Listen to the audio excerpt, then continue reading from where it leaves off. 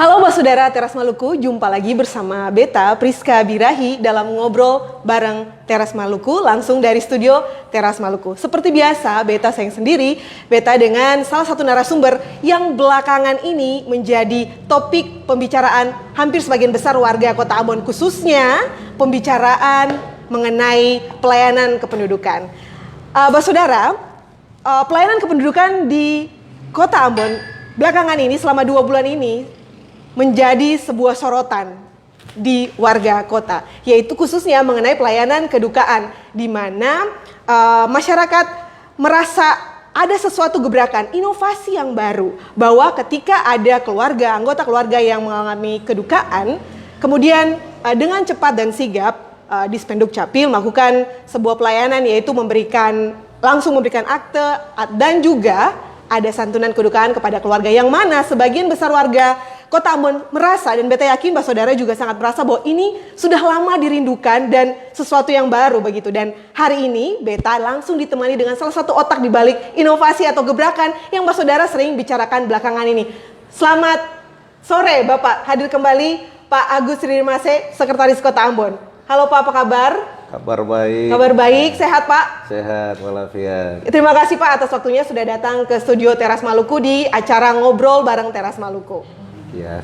Pak, kita langsung saja bahwa belakangan ini banyak sekali orang ngobrol, warga kota berbincang mengenai inovasi. Menurut mereka inovasi dan merasa ini adalah pergerakan yang dinamis mengenai pelayanan kependudukan, khususnya pelayanan kedukaan. Ya. Dan perlu Pak Saudara juga tahu bahwa beberapa waktu yang lalu ya, Bapak juga sempat hadir pada acara-acara kedukaan atau bersama staf juga memberikan santunan kedukaan dan juga akta kematian. Ya. Bahkan juga langsung, tidak hanya itu, ada perubahan ya Pak ya, perubahan KTP, status di KTP suami atau istri mengenai yaitu cerai mati. Nah ini merupakan sesuatu yang boleh dibilang sangat dinamis Pak dan cepat, progresif sekali semenjak Bapak dilantik pada 21 Desember 2021 dan sampai sekarang. Bapak bisa cerita sedikit mengenai sebenarnya ide itu datang dari mana Pak? Dan ini sesuatu yang sangat dirindukan oleh warga kota. Silakan Pak. Baik, terima kasih. Selamat sore pemirsa, selamat sore sahabat Teras Maluku yang berada di seluruh Kota Ambon ini ya. Assalamualaikum warahmatullahi wabarakatuh. Shalom Tabea. Jadi begini, pelayanan administrasi kependudukan ini adalah pelayanan publik ya. Dinas Dukcapil sebagai penyelenggara pemerintahan ini, khususnya di bidang pelayanan publik, itu harus benar-benar melaksanakan tugas mereka, yaitu memberikan pelayanan sebaik mungkin kepada rakyat kota ini. Ya, karena dinas pelayanan publik itu adalah dinas pelayanan, dinas Dukcapil itu adalah dinas pelayanan publik yang wajib hukumnya memberikan pelayanan bersifat administrasi kependudukan kepada rakyatnya, baik itu KTP, kartu keluarga, kartu identitas anak, akte kelahiran, akte kematian, dan lain-lain, semua yang ada di dinas itu. Ya, jadi itu pelayanan tanpa biaya, harus gratis. Pelayanan tanpa biaya dan gratis. Gratis. Jadi masyarakat jangan terkecoh atau jangan mau diperalat untuk mengurus administrasi kependudukan dengan biaya, tidak ada. Ya, Permendagri itu mengisyaratkan pengurusan seluruh administrasi kependudukan tanpa biaya. Oke. Nah, kenapa sampai saya melaksanakan ini di Kota Ambon ini? Itu karena gini, saya ini kan mantan Kepala Dinas Dukcapil Kota Kupang. Kota Kupang, oke. Kota Kupang, dan saya pernah bertugas di Direktorat Jenderal Kependudukan dan Pencatatan Sipil Kementerian Dalam Negeri. Oke. Nah, atas dasar itu maka ketika saya dilantik menjadi Sekretaris Kota Ambon, Bapak Wali Kota Ambon memanggil saya, Pak Sekot.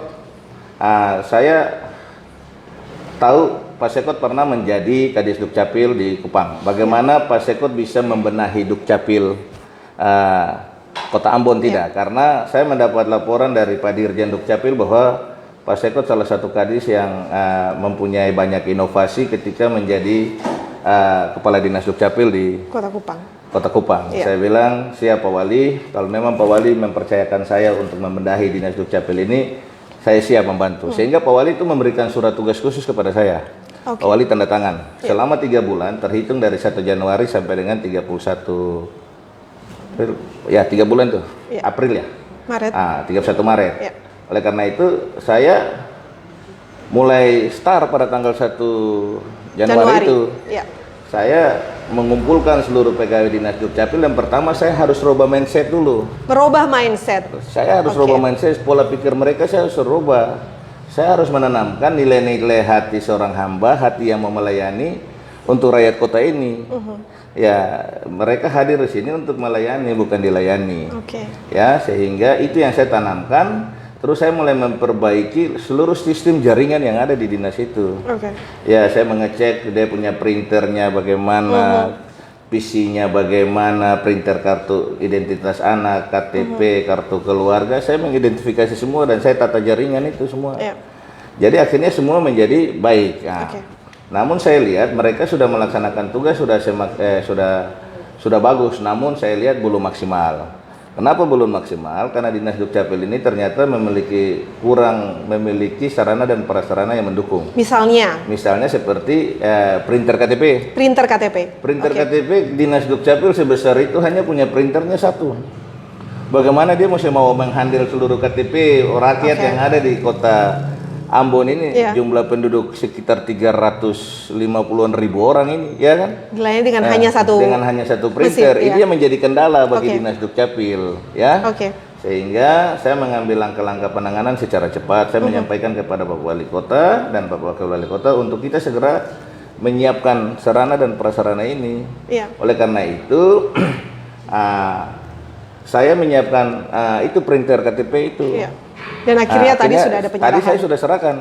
Sebanyak 4 unit ya? 4 unit, tambah 18.000 belangko KTPL ya, yaitu dibantu oleh Pak Dirjen Dukcapil dengan 22 ribbon film.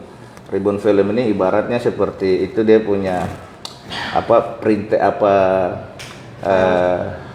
tinta gitu di dalam onderdil di dalam printer KTP mesin itu. Sehingga tadi saya sudah serahkan kepada Dinas Dukcapil. Saya berharap dengan kehadiran printer itu, sarana dan prasarana dapat mempercepat pelayanan juga. Tidak ada alasan untuk Dinas Dukcapil untuk tidak melayani rakyat untuk lama-lama lagi. Semua sudah harus cepat. Semuanya sudah dipenuhi, ya. Itu yang harus saya sampaikan. Baik. Mengenai ide tadi, mengenai gebrakan dan juga mengurus sampai pada detail teknis alat dan mesinnya, khusus untuk pelayanan kedukaan ini, Pak. Dengan ide dan gerakan sedinamis itu juga mengajak juga anggota di lapangan untuk ada perubahan mindset. Kira-kira Pak, ide ini dia mengambil anggaran sebagian besar dari mana? Masyarakat juga perlu tahu bahwa ini keberlangsungannya ke depan bakal seperti apa? Apakah hanya di awal saja ataukah memang ini sustainable ke depan? Jadi gini, untuk melayani rakyat kota Ambon ini ya. Itu sudah pastikan pemerintah menyiapkan anggaran. Ya, anggaran ini kan bersumber pada APBD Kota Ambon. Apalagi inovasi saya yang saat ini gencarnya itu urus 1 dapat 3, urus 1 dapat 4, urus 1 dapat 5. Artinya gini, ketika ada yang meninggal, bukan saja akte kematian yang kita berikan, tetapi juga KTP dan kartu keluarga. Dan status yang telah berubah. Ya, misalnya kalau istri meninggal berarti suaminya kan KTP sudah berubah, ya kan, dengan status cerai mati. Begitu juga kartu keluarga karena sudah meninggal tidak ada itu. Itu yang kita berikan kepada rakyat dan kita rubah, rakyat bukan mengurus ke kantor atau keluarga duka mengurus ke kantor Dukcapil, tetapi raja, desa atau lurah atau Dinas Dukcapil sendiri langsung jemput bola. Proaktif ke warga. Nah, Dinas Dukcapil ini kan sedikit saja pegawai. Oleh karena itu saya sudah rapat dengan para camat, lurah ya dan raja, kepala desa ya untuk segera proaktif. Karena ketika rakyat meninggal, misalnya di satu desa atau satu kelurahan, yang tahu paling pertama itu adalah pasti tetangga, RT, RW maupun lurah, raja atau desa. Terus begitu juga gereja juga harus tahu, dan begitu juga masjid harus tahu. Pastikan pengumuman di masjid kalau Muslim, kalau gereja pasti lonceng gereja bunyi. Nah, ini seharusnya kerjasama yang baik gereja dengan pemerintah maupun itu harus bersinergi, masjid dengan pemerintah juga harus bersinergi, segera melaporkan melalui lurahnya atau rajanya untuk laporkan, sehingga Dinas Dukcapil dengan cepat langsung mengeluarkan akta kematian itu dan menyerahkan pada saat ibadah pemakaman baik Kristen maupun Muslim. Ya memang warga Muslim ini kan kalau meninggal kan cepat sekali dikuburkan. Kalau misalnya tidak terkejar, maka itu nanti akan diserahkan pada saat malam tahlilan pertama gitu. langsung diserahkan dengan uang duka ya. Oke. Kalau uang duka itu mulai per 1 Maret ini per hari mulai ini. hari ini. Ya, mulai hari Ya. ini sudah langsung serahkan ke rumah duka. Langsung ke rumah Langsung duka. serahkan ke rumah duka karena gini, saya melihat di kota Ambon ini kalau meninggal selama ini orang urus uang duka tuh ribet banget. Dan itu yang menjadi keluhan Pak. Ya. Bahwa sangat Ribet. lama, birokratif sekali. Itu bisa belasan persyaratan. Ya, belasan persyaratan. Akhirnya masyarakat sudah jenuh ketika mau urus uang duka dengan persyaratan petugas Dukcapil Sudah mundur persyaratan, duluan, langsung Pak. mundur duluan. Betul. Dia sudah takut duluan. Iya. Dengan demikian saya mencermati hal ini. Kan keluarga besar saya di Ambon semua. Oke. Saya boleh tugas di Kota Kupang saat itu, tetapi kan saya lihat keluarga saya kalau meninggal itu selalu menelpon ke saya ke urusan Banyak duka. testimoni ya dari keluarga. Seperti ini. Ya, setelah saya jadi sekot, saya melihat saya pangkas seluruh itu. Ya, persyaratan itu sekarang mungkin tinggal 4 atau 5 aja. Wow, dari Ya, belasan dari itu. belasan itu saya berbicara kepada Pak Wali Kota, lalu kita merubah perwali karena dulu itu kan ditetapkan oleh peraturan wali kota. Iya. Saya bilang Pak Wali ini kan kalau rakyat meninggal ini selama ini kan urus dana duka, santunan duka kok sulit banget karena Iya. persyaratan terlalu banyak. Bagaimana kalau untuk mendekatkan diri pelayanan dan negara hadir atau pemerintah hadir di saat rakyat duka itu harus langsung Pak. Langsung. Sehingga bagaimana kita memotong mata rantai yang terlalu berlebihan berbelit-belit ini gitu Iya. loh. Akhirnya kita hanya punya persyaratan itu adalah akte kematian, Akte kematian. kartu keluarga almarhum dan KTP almarhum, Iya. lalu dan KTP penerima dan kwitansi penyerahan aja. Sudah. Udah, itu aja. Mungkin dengan bukti tambahan supaya foto pada saat penyerahan itu foto. Iya.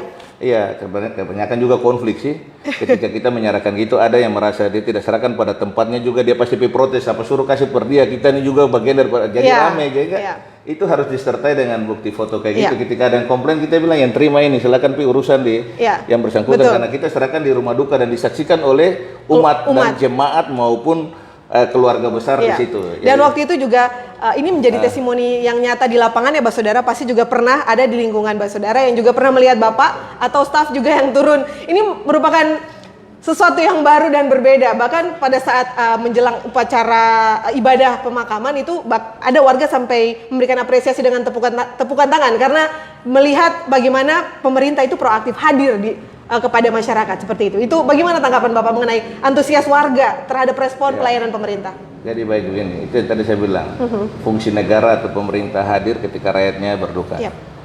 Itu rakyat sangat merasakan sentuhan-sentuhan seperti ini yang rakyat harus rasakan, ya. Yap. Nah, oleh karena itu saya memandang perlu memang ini yang harus kita lakukan. Rakyat tidak perlu lagi pergi untuk mengurus. Dia lagi berduka. Iya. Kenapa dia harus pergi? Diribetkan lagi dengan dia harus administrasi. pergi, itu. Betul. Sehingga fungsi kehadiran pemerintah itu sangat penting Iya. dikala rakyat berduka seperti itu. Ya. Bapak pernah mendapat sebuah cerita atau komplain langsung dari warga atau mungkin apresiasi ketika melakukan hal gebrakan ini di lapangan, memberikan akte atau santunan? Ya sudah pasti kan mereka WA menyampaikan terima kasih karena pemerintah sudah hadir di kala mereka punya keluarga meninggal. Ya saya sampaikan bahwa itulah tugas pemerintah. Ya dia hadir untuk melayani bukan dilayani. Dia hadir untuk melayani. Iya. Itu kan hidup ini hanya kesempatan, hidup ini hanya untuk jadi berkat buat orang lain. Anda punya jabatan tinggi, tapi kalau Anda tidak bisa memberkati orang lain, Anda tidak bisa berdampak kepada orang lain, ya nggak usah lah, iya kan? Iya. Kalau hanya untuk kerja untuk diri sendiri, nggak usah bentuk perusahaan pribadi aja lalu kerja di rumah aja, iya kan? Kalau untuk bekerja di pemerintah ya berkaitan dengan rakyat, harus menolong rakyat, harus lihat rakyat gitu loh. Iya. Ya. Well, Bapak, sebelum acara ini dimulai, kami membuat beberapa polling kecil-kecilan. Dan mengenai tema hari ini akan kita bahas bersama Saudara semua, sahabat Teras Maluku. Ada beberapa tanggapan yang sangat menarik dan menggelitik, yaitu mengenai tanggapan warga yang begitu merasa ada harapan. Mungkin selama ini yang Bapak nilai bahwa ketika Bapak datang pertama ke Kota Ambon untuk melayani di Kota Ambon, mungkin hal inilah yang dinilai oleh warga dan membuat warga menjadi apatis bahwa tidak ada lagi kepercayaan warga terhadap pelayanan pemerintah, khususnya bidang kependudukan. Apakah memang itu yang Bapak lihat bahwa ini akan menjadi perubahan besar pada kepemimpinan Bapak? Jadi gini, memang Dinas Dukcapil ini kan dinas yang cukup sentral ya. Ya. Dia berhadapan langsung dengan rakyat. Kalau dia melayani secara baik dan cepat, pasti rakyat memberikan apresiasi. Tapi kalau dia melayani lambat dan mempersulit rakyat, pasti menjadi banyak reaksi yang negatif. Saya melihat bahwa Dinas Dukcapil Kota Ambon ini sebenarnya sudah sudah berusaha untuk melayani masyarakat secara baik. Namun mungkin karena ini tergantung leader ya. Tergantung leader. Tergantung leader. Ya. Nah, mindsetnya harus seperti apa? Ya. Ya, karena dia di pelayanan publik, dia tidak boleh cuek terhadap kebutuhan masyarakat gitu. Oke. Dia nggak boleh cuek, dia harus peka. Oke. Nah, oleh karena itu saya melihat bahwa mereka ini sebenarnya bisa, cuma belum melaksanakan secara totalitas saja. Bisa, cuma belum ada kesempatan biar total. Karena saya selalu, walaupun saya di Kupang, saya selalu minta tolong ya kepada mereka yang bekerja di Dinas Dukcapil Kota Ambon, karena keluarga saya kan banyak di sini. Kalau mereka urus karena masalah atau mesti belum jadi, biasa mereka telepon. Nanti saya telepon ke Dinas Dukcapil Kota Ambon. Misalnya telepon ke staf bilang, Bu, jawab Kotong bisa bantu saya, tapi kan Kotong pembos juga ada di dalam lagi. Iya tuh. Jadi bagaimana? BT bilang begini, aturan Dukcapil itu sama seluruh Indonesia. Kita bukan bikin aturan masing-masing. Kalau hanya itu kebijakan saya diambil, tapi kalau kebijakan yang pro rakyat, tolong dibantulah. Tapi memang saya sendiri yang mengerti tentang Dukcapil juga saat itu tidak makan hati lah. Kok kenapa begini? Sementara di Kota Kupang orang mau bikin KTP, WA ke saya, WA nik saja, saya langsung cetak 1 menit. Sedangkan di sini kok susah sekali. Rumit sekali gitu loh. Saya berdoa, saya bilang Tuhan, kalau memang satu-satu Tuhan pakai saya di kota ini, saya rubah itu di Dan ternyata? Nah, saya rubah. Tepuk tangan untuk Pak Sekot kita. Dan ternyata itu dilakukan. Ada kesempatan itu. Nah, bahkan waktu saya seleksi Sekot itu kan saya punya materi. Waktu saya paparkan makalah saya itu terkait dengan pelayanan publik dan apa yang saya sampaikan di pada saat saya ujian, saya paparan di depan pansel dan rakyat Kota Ambon menyaksikan saat itu yang saya lakukan sekarang ini. Jadi ini bukan pencitraan. Bukan pencitraan. Apa yang saya lakukan di Kota Kupang saat itu saya lakukan di Kota Ambon, bahkan lebih gas lagi, lebih kencang lagi gitu loh. Ini kan kota kelahiran saya. Saya mau rakyatnya sejahtera, rakyatnya bahagia. Karena seluruh administrasi kependudukan, baik itu KTP, kartu keluarga dan lain-lain, itu sekarang penting sekali di era saat ini. Coba bayangkan adik kalau mau pergi urus BPJS, kalau tidak punya KTP dan kartu keluarga, BPJS tolak kan? Mau pergi urus paspor, pasti imigrasi tolak kalau tidak punya kan? Mau urus SIM, pasti kan harus ada KTP, paling semua dasar. Harus, iya. Mau lanjut kuliah, mau lanjut sekolah, harus ada KTP, semua sudah berbasis NIK. Oleh karena itu saya minta kalau ini adalah kebutuhan dasar rakyat, dilayani secara baik. Karena nanti rakyat akan susah gitu loh. Nah.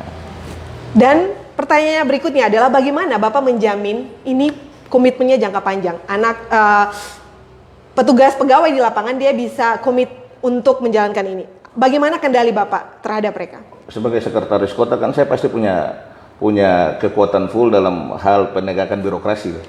Iya kan? Oleh karena itu saya sudah sampaikan kepada pegawai Dinas Dukcapil, kalau Anda mau bekerja di sini kita berkomitmen untuk mau berubah. Kalau tidak mau berubah, angkat tangan. Angkat tangan supaya saya tahu persis bahwa Anda tidak setuju dengan ide-ide saya, inovasi saya, gebrakan saya. Supaya jangan jadi penghalang di dalam dinas ini. Angkat tangan aja, pasti saya akan urus kamu pindah secara baik-baik gitu loh. Dan saya pastikan tidak lama, kamu angkat tangan pasti 1-2 jam sudah pasti SK kamu keluar untuk kamu pergi. Karena kamu tidak mau melayani, kan kita konsisten, komitmen, kita mau melayani rakyat gini. Dan komitmen harus diawasi, itu sebagai tanggung jawab kepada warga. Kan? Banyak orang mengatakan kok Sekot kok terlalu campur dengan hal-hal teknis. Ada seperti itu? Ada, tapi saya nggak peduli sepanjang itu untuk kepentingan rakyat dan saya Sekot saya harus tahu seluruh pergerakan birokrasi pelayanan publik di kota ini. Saya kan bukan Sekot yang hanya disposisi surat, paraf surat, iya kan? Nggak bisa kayak gitu dong, saya harus tahu dong. Karena ketika satu saat berhadapan dengan DPR kan yang ditanyakan Sekot. Harus tahu detailnya di lapangan. Saya harus tahu persoalannya apa gitu loh. Kalau belakang meja kan saya nggak tahu, saya dapat laporan, apalagi kan model sekarang banyak yang asal Bapak senang, saya laporan asal Bapak senang. Saya nggak mau kayak gitu dong, saya harus cek di lapangan. Pasar pun saya tahu, perhubungan pun saya tahu. Dan memang saya harus sebagai leader pemimpin birokrasi harus tahu semua, harus menguasai semua. Walaupun tidak kuasai sedetail, minimal saya tahu. Sehingga saya juga jangan dibodohi dong. Kan saya tahu minimal kan tidak bodoh-bodoh amat, tahu sedikit gitu. Berarti kontrolnya tidak hanya kepada staf, tapi juga kepala dinasnya Bapak juga tahu kinerjanya. Ya sudah pastikan, nggak mungkin tidak lah. Harapan Bapak ke depannya di pemerintahan Bapak ini khususnya untuk birokrasi kita seperti apa? Ya, saya berharap birokrasi pemerintah Kota Kupang ini harus berani. Kota Ambon. Kota Ambon ya, minta maaf. Terlalu lama, tidak apa-apa. Terlalu lama mungkin di sana. Minta maaf untuk rakyat Kota Ambon.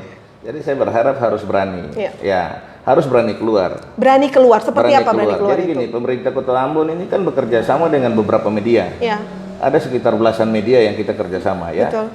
Manfaatkan seluruh media yang ada. Kita harus berani keluar. Birokrasi pimpinan OPD harus berani keluar. Ya. Harus tampil di media, menyampaikan kepada publik kota ini ya terkait misalnya contoh misalnya terkait dengan perhubungan misalnya. Ya.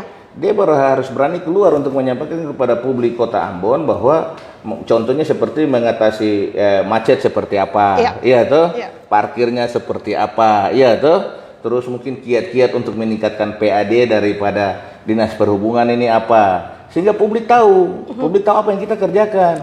Perdagangan juga harus berani keluar, contohnya terkait dengan pasar. Nah, misalnya lagi renovasi pasar saat ini, dia harus menyampaikan di seluruh media ya terkait dengan pembangunan pasar ini. Memang pembangunan pasar ini mungkin ada berdampak kepada kemacetan atau sembraut, itu harus dijelaskan kepada rakyat gitu loh ya. Pol PP harus berani keluar sebagai garda terdepan pengamanan perda. Dia harus sampaikan peraturan-peraturan daerah yang ada di kota Ambon ini tentang A, B, dan C sehingga rakyat itu tahu. Iya kan?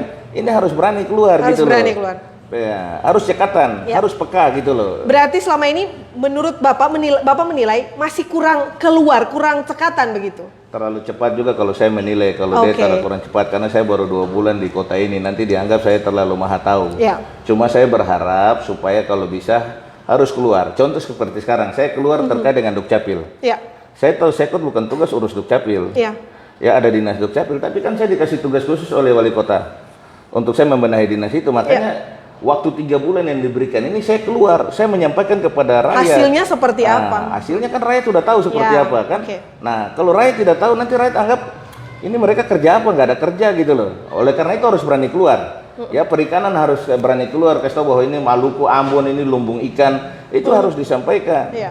Ya. Baik juga itu Kominfo juga harus berani keluar, sampaikan, memberikan informasi-informasi tentang pentingnya apa, IT. Lebih proaktif. Iya, dinas pendidikan juga keluar juga sampaikan tentang mungkin tentang pembelajaran tatap muka di COVID ini bagaimana sampai tidak terjadi tatap muka. Itu harus dikeluar. Bagaimana penerimaan siswa baru besok-besok itu jangan sampai harus melalui sonisasi atau bagaimana. Saya harus sampaikan gitu loh. Kalau semua keluar, saya yakin rakyat pasti puas. Karena rakyat tahu. Kalau rakyat tidak tahu, pasti kan rakyat akan menilai, maka gaji buta aja nggak kerja. Mungkin itu yang saat ini dialami oleh saudara semua? Bisa jadi? Saya tidak tahu, tidak tahu itu penilaian orang, tapi bagi saya lebih baik kita keluar. Kita tidak boleh mengunci diri dalam lingkungan OPD kita aja.